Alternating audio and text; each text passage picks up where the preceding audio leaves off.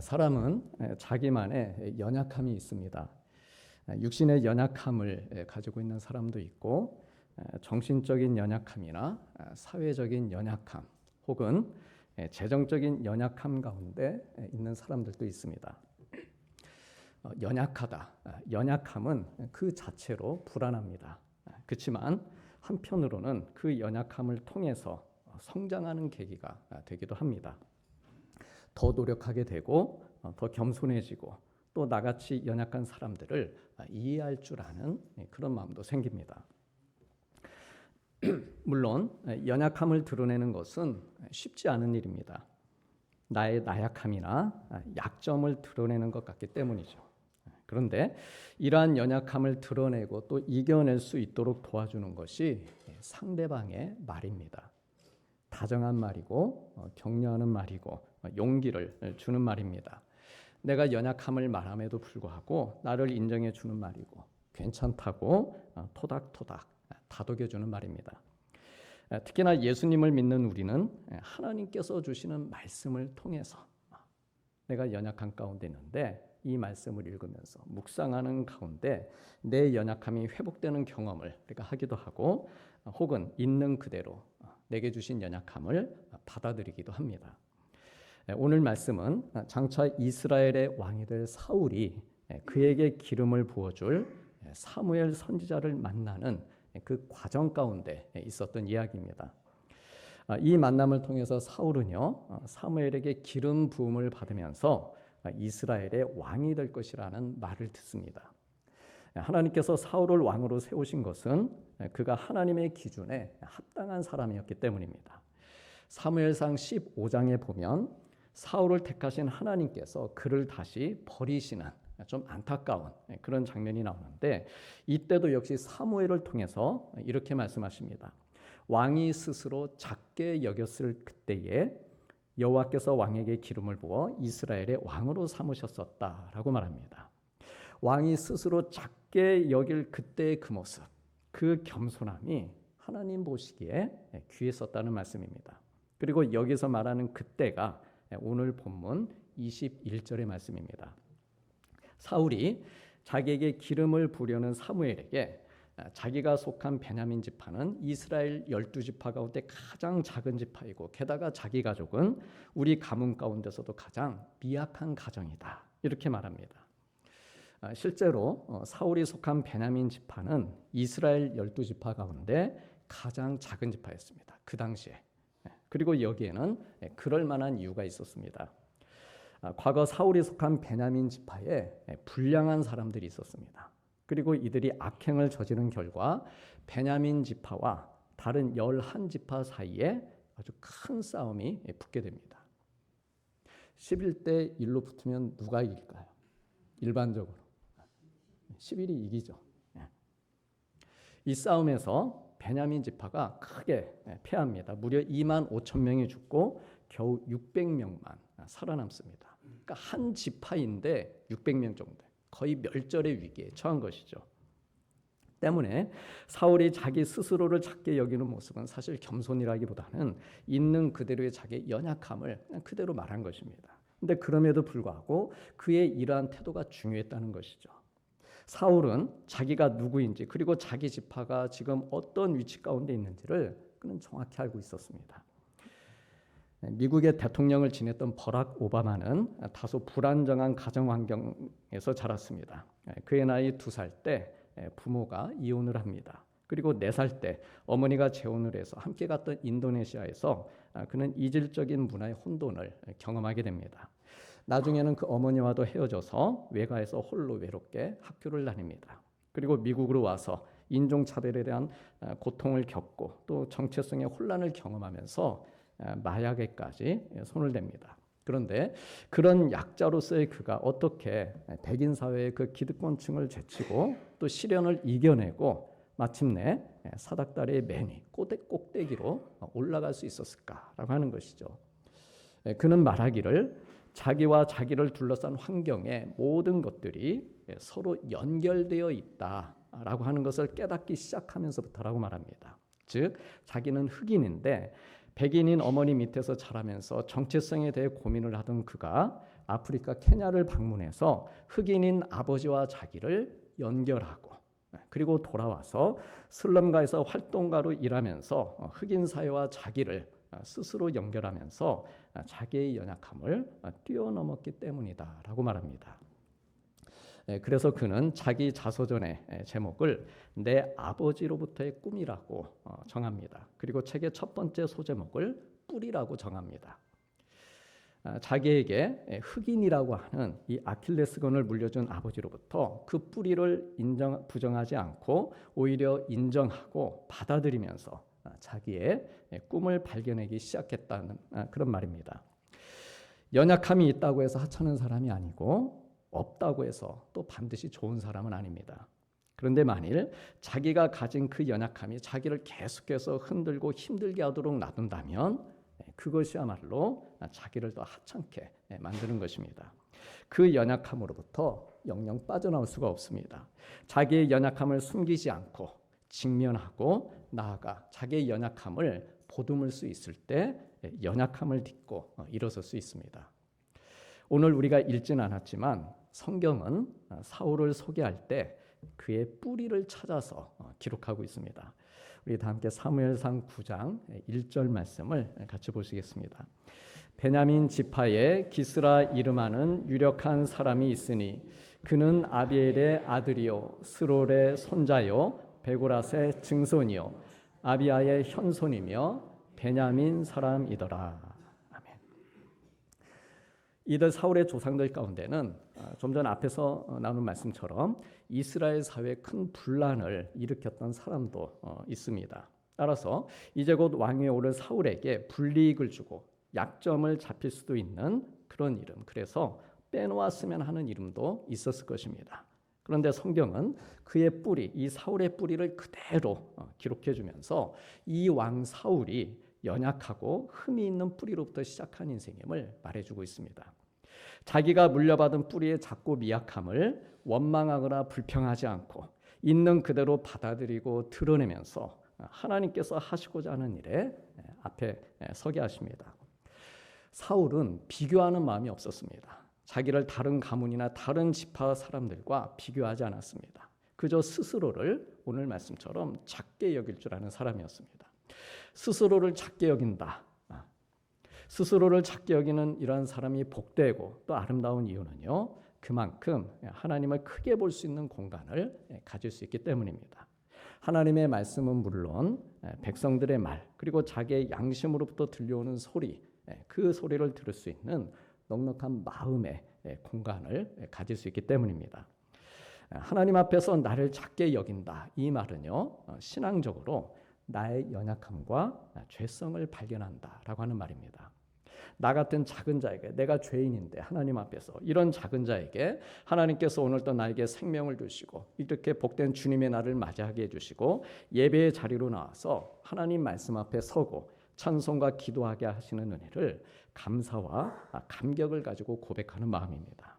그래서 우리는 이것을 겸손이라고 말합니다. 특별히 신앙적인 겸손입니다.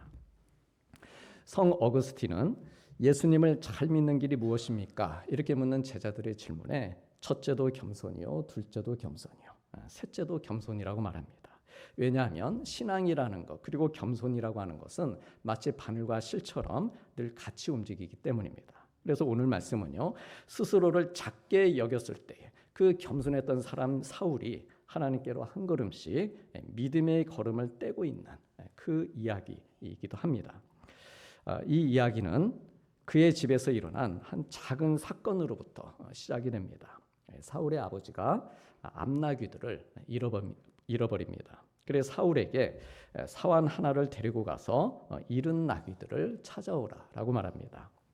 문제는 이 나귀들이 어디로 갔는지 알 길이 없습니다. 동쪽으로 갔는지 서쪽으로 갔는지 광야로 갔는지 골짜기로 갔는지 도무지 알 수 없는 그런 일을 시킨 것입니다. 한 마리도 아니고 오늘 말씀에 보면 암나귀 들 여러 마리를 찾아야 되는 그런 상황입니다. 그런데도 사울은 불평이 없습니다. 아버지가 시키는 대로 찾아 나서는데 바로 이 순종하는 모습 속에 사울의 겸손함이 있습니다. 성도님들, 우리가 이 순종이라고 하는 말을 할 때 자기 입장에서 해결할 수 있을 것 같은 일에 예라고 대답하는 것은 절반의 순종입니다. 반면에 내가 쉽게 할 수 없을 것 같은 일이 주었을 때에도 하겠습니다라고 하는 것은 온전한 순종에 들어갑니다. 절반의 순종은 자기 자신을 믿고 하는 것이고, 온전한 순종은 자기에게 일을 맡긴 사람을 생각하면서 하는 순종입니다. 그래서 우리가 하나님께 하는 순종도 나의 능력이나 내가 지금 처한 어떤 상황을 보고 하는 것이 아니고, 하나님께 영광이 되기를 원하는 마음으로 할 때 그 순종이 온전한 순종이 됩니다. 내가 지금 이 일을 순종해서 내가 나를 드리면 하나님께서 기뻐하시고 영광을 받으실 것이라는 믿음으로 하는 것입니다. 사울의 겸손과 순종은요, 아버지 앞에서만 네 그러겠습니다 라고 하는 일시적인 것이 아니었습니다. 20절 말씀에 보면 그는 잃어버린 나귀를 찾는데 최소 사흘이 걸린 것을 알 수 있습니다. 그것도 사울이 찾은 게 아니고 다른 사람이 찾아준 것입니다. 그러니까 적어도 사흘 동안 사울은 지속적인 순종을 한 것입니다. 그래서 이처럼 지속적으로 하는 순종을 충성이라고 합니다. 잃어버린 나귀를 찾는 일, 어찌 보면 지극히 작은 충성입니다. 일의 크기로만 보면 그렇게 대단해 보이지 않습니다. 그러나 큰 일이든 작은 일이든 충성의 본질은 같은 것입니다. 5달란트를 받은 종이나 2달란트, 1달란트를 받은 종이나 주인에게 보일 충성의 무게는 똑같은 것입니다. 그래서 우리 주님께서도 작은 일에 충성하는 자에게 큰 일을 맡기신다라고 말씀하신 것입니다. 왜냐하면 그 사람이 하는 충성의 본질, 충성의 자세는 그에게 큰 일을 맡기든 혹은 작은 일을 맡기든 바뀌지 않을 것이기 때문입니다. 그러나 하나님께서 사울에게 나귀가 아닌 백성을 맡기시는 것이고, 목장이 아닌 나라를 맡기시는 것입니다. 나귀나 목장과 같은 어찌 보면 1달란트, 2달란트 일에 충성한 그에게 백성과 나라라고 하는 5달란트의 일을 맡겨주시는 것입니다. 나라를 맡기고 또 왕을 삼는데 어떤 사람인가 하면 아버지의 나귀, 그 아버지의 소유를 마치 자기의 소유인 것처럼, 자기의 나귀인 것처럼 그렇게 귀하게 여기면서 잘 찾고 또한 잘 돌보는 사람입니다. 사랑하는 성도님들, 나의 작고 미약함은 하나님께 문제가 되지 않습니다. 내가 하는 일의 크고 작음도 우리 하나님께는 전혀 문제가 되지 않습니다. 대신에 연약한 나를, 내가 연약한데 이 연약한 나를 내가 어떻게 대하는지, 나의 자세와 나의 마음과 생각, 그리고 작게 보이는 일에 대한 나의 순종과 충성의 본질은 우리 하나님께서 중요하게 보십니다. 나의 존재의 뿌리에 죄성이라고 하는 치명적인 연약함이 자리하고 있지만, 그런 나를 사랑하시고 죄의 뿌리로부터 나를 끊어주시고 하나님 나라의 거룩한 자녀로 삼아주신 그 은혜에 감사하는 마음으로 오늘 또 내게 맡겨주신 일들과 내 곁에 있는 사람들을 귀하게 여기고 온전하고 충성되게 살아가는 모습을 우리 하나님께서는 원하십니다. 말씀대로 사는 것이 지금 당장엔 길이 보이지 않고 내가 세상에서 좀 뒤처지는 것 같고 또 빙 돌아가는 것처럼 보일지라도 포기하지 않고 사흘이든 4년이든 40년이든 지속적인 순종의 삶을 살기를 우리 하나님께서 기대하십니다. 그래서 이처럼 지속적으로 하는 것이 능력입니다. 작은 물방울들의 바위가 패이듯이 지속적인 순종과 지속적인 기도, 그러한 예배와 섬김의 삶이 능력이고, 하나님께서는 그런 우리들의 삶에 성령의 기름을 부으셔서 왕 같은 제사장으로 존귀하게 세워주시는 것입니다. 들에 핀 이름 모를 꽃들이지만 그러나 그러한 것들이 아름다운 것은 매일같이 피고 지기를 반복하면서 생명을 지속하기 때문입니다. 이처럼 주님을 바라보며 사랑하는 우리들의 마음도 마찬가지입니다. 하나님을 향해 피어있는, 우리가 저마다 다 하나님을 향해서 피어있는 아름다운 꽃들이고 또한 믿음의 꽃들인데, 우리의 믿음의 꽃이 1년 내내 하루 24시간 계속 피어있기가 힘이 든다면 하루에 한 번 혹은 일주일에 한 번씩이라도 피우고 지기를 반복하면 되는 것입니다. 항상 기뻐해라, 쉬지 말고 기도해라, 범사에 감사해라.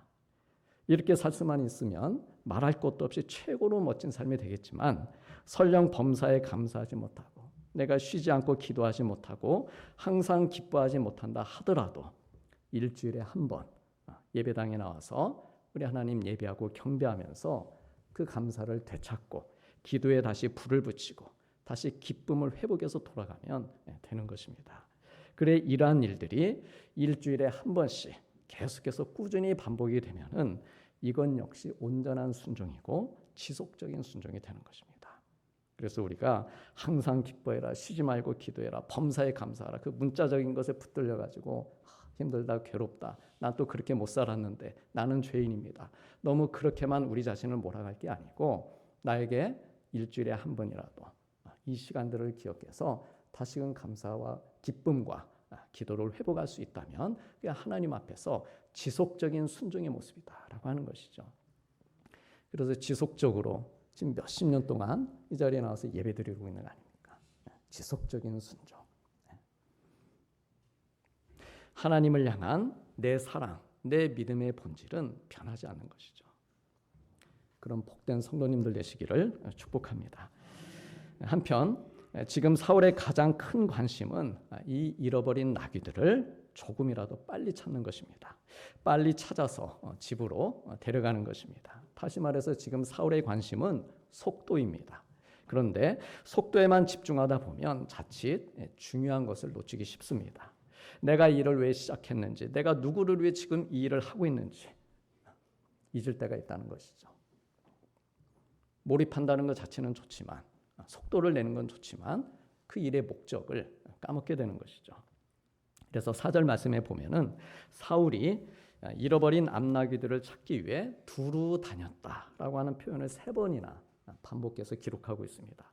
두루 다녔다. 무슨 말이겠습니까? 사울이 순종하고 충성하되 속도를 내면서 정말 열심히 최선을 다해서 충성하고 순종하고 있었다라고 하는 것이죠. 그런데 이렇게 속도를 내던 사울이 더 중요한 게 있다는 걸 깨닫게 됩니다. 우리 다 함께 5절 말씀 같이 보시겠습니다. 그들이 숲 땅에 이른 때에 사울이 함께 가던 사환에게 이르되 돌아가자, 내 아버지께서 암나귀 생각은 고사하고 우리를 위하여 걱정하실까 두려워하노라 하니. 사울이 아버지 생각을 합니다. 아버지가 자기를 걱정하실 것이라는 생각을 합니다.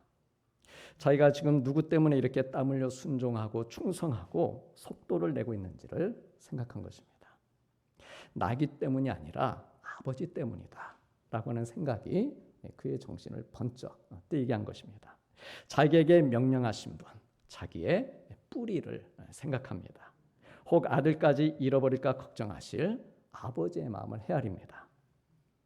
그래 이처럼 자기에게 일을 시킨 아버지를 생각하는 마음, 이 마음을 하나님이 보셨다는 것이죠. 그래 이 마음을 보시면서 우리 하나님께서 내가 사울을 얘를 왕으로 세워도 되겠구나 최종 결제를 하신 것입니다. 일을 열심히 하는 것도 중요하고 순종하고 충성하면서 지속적으로 하는 것도 중요하지만 게다가 빨리 해내는 것도 중요하지만 그 일을 자기에게 맡긴 사람을 생각해가면서 하는 것, 이것이 하나님의 입장에서는 매우 중요했기 때문입니다. 왕의 자리를 맡기고 승진을 시켜서 일을 맡기면 누군들 열심히 하지 않겠습니까? 국회로 보내드리겠습니다. 다 열심히 할 마음 있죠. 누군들 최선을 다해 충성하지 않겠습니까? 근데 중요한 것은 자기에게 그 자리를 맡긴 분을 생각하면서 하느냐라고 하는 것이죠. 안타깝게도 사울이 이것을 놓쳐버립니다. 나중에는. 나를 구원해 주신 분이 하나님이시고 내 인생의 주인도 하나님이시고 나에게 일을 맡기신 주인도 하나님이심을 알고 나는 청지기로서 그분을 존중하고 그분을 생각하는 마음으로 사는 모습. 하나님은 창조주이십니다. 하나님은 내 삶의 공급자이십니다. 하나님은 내 삶의 기준이 되십니다. 그렇게 하나님 생각하고 존중하고 사는 모습이 하나님께서 우리를 바라보시며 매번 확인하시고 싶은 모습이다라고 하는 것이죠. 그래서 사울이 바로 이러한 과정, 이러한 시간을 거치면서 사무엘을 만나게 됩니다. 지난 사흘의 시간이 결코 헛된 시간이 아니었다라고 하는 것이죠. 사무엘을 만났다. 이 말은요, 하나님께서 준비하신 검증의 시간들을 성공적으로 통과했다는 말입니다. 만일 그러지 않았다면 그냥 빨리 나귀 찾게 하고 집으로 돌려보내셨을 거예요. 근데 끝까지 찾고 찾으면서 사무엘 앞까지 오게 한 것이죠. 그래 기름을 부으셔서 이스라엘의 초대 왕으로 세우십니다. 우리 사랑하는 성도님들, 사울이 이스라엘의 맨 처음 왕이었다면 우리 예수님은 온 세상을 다스리시는 만왕의 왕으로 오셨습니다. 처음부터 마지막 때까지 왕이신 분이십니다. 그래서 누가복음 4장에서 예수님께서 주님 스스로에 대해 말씀하시기를 주의 성령이 내게 임하셨으니 이는 가난한 자에게 복음을 전하게 하시려고 내게 기름을 부으시고. 왜 기름을 부으신 겁니까? 왕이시기 때문에 기름을 부으신 것입니다. 그러나 실제 그 왕의 모습은 어떠했습니까? 이사야 53장 말씀처럼 그는 연한 순 같고 마른 땅에서 나온 뿌리 같아서 고운 모양도 없고 풍채도 없은즉 보기에 흠모할 만한 아름다운 것이 없었다라고 했습니다. 우리를 위해 그 연약함을 안고 오신 것입니다. 그러나 또한 그 연약함 위에 왕으로서 오신 예수님께 하나님께서 성령의 기름을 부으신 것이죠. 그래서 예수 그리스도의 그 인간적인 육체의 연약함을 이기시고 나를 보내사 포로된 자에게 자유를, 눈먼 자에게 다시 보게 함을 전파하며 눌린 자를 자유롭게 하고 주의 은혜를 전파하게 하라 하심이라. 이 사명을 이루신 것입니다. 주님은 겸손의 왕으로 오셨고 이 땅에 잃어버린 양들을 찾기 위해 온전한 순종을 하셨습니다. 또한 십자가에 달려 죽기까지 지속적으로 충성을 하셨습니다. 중간에 매 맞는다고 모욕하는 소리를 듣는다고 그 십자가 길을 멈추지 않으셨습니다. 끝까지 지속적으로 충성하셨습니다. 또한 우리 예수님께서는 큰 일에도 충성하셨고 작은 일에도 충성하셨습니다. 바리새인이나 서기관과 같은 그런 거물급 인사들과 만나면서 같이 이야기도 하시고 또한 그들의 잘못된 것을 지적도 하시고 하나님 앞에 충성하신 것이죠. 그것뿐만이 아니라 세리와 창기, 나병 환자, 앞을 보지 못하는 자, 그런 연약하게 보이는 자, 그런 작게 보이는 자들에게도 우리 예수님께서는 마음과 힘을 다해서 그들에게 충성하신 것이죠. 그리고 무엇보다도 우리 하나님 아버지의 마음을 헤아리면서 아버지의 뜻을 이루셨습니다. 하나님과 주님이 하나의 뿌리로 그렇게 계신 것처럼 이 제자들도 하나님과 하나가 되는 삶을 살아갈 수 있도록 그들의 뿌리를 위해서 예수님께서 마지막 요한복음 17장에서 그들을 위해서 그들의 뿌리를 놓고 기도해 주십니다. 우리 사랑하는 성도님들, 오늘 또 우리는 지난 한 주간 세상에서 나의 것을 구하며 두루 찾아다니다가 그런 나를 걱정하실 아버지를 생각하면서 그런 마음으로 이곳으로 나온 줄로 믿습니다. 두루 찾아다닌 것이죠. 월요일에도 수요일에도 금요일에도 계속해서 나의 것을 찾기 위해서 두루 찾아다니는, 그러나 그런 나를 걱정하실 우리 하나님 아버지를 기억하고 생각하면서 이 자리에 나온 것이죠. 나를 이곳으로 부르신 분이 하나님이시요 아버지를 생각나게 하신 것도 성령님의 은혜인 줄로 믿습니다. 그래 이곳에서 다시 만난 우리 하나님 아버지께 예배를 드리면서 주님이 부어주시는 성령의 기름이 나의 연약한 심령 가운데 부어지고 내 연약한 육신 가운데도 부어지고 나아가 내 삶의 연약한 자리들에도 부어질 것을 그렇게 믿고 확신하면서 내가 이 자리에서 다시금 위로를 받고 평안을 찾고 나음을 입고 헌신을 결단하면서 왕보다도 더 귀한 하나님의 자녀로 다시금 새롭게 일어서는 삶을 우리가 기대하고 있는 것입니다. 그래서 이 한 주간 또다시 우리가 세상에 나가 살면서 아버지의 잃은 양들을 찾아서 나의 잃은 양만 찾으려고 하는 것이 아니고 세상을 보면서 아버지께서 잃은 양들, 그 양들을 찾아서 온전한 순종과 지속적인 충성으로 우리 하나님을 기쁘시게 해드리고 큰 영광을 올려드리는 우리 귀한 믿음의 성도님들 되시기를 축복합니다. 기도하시겠습니다.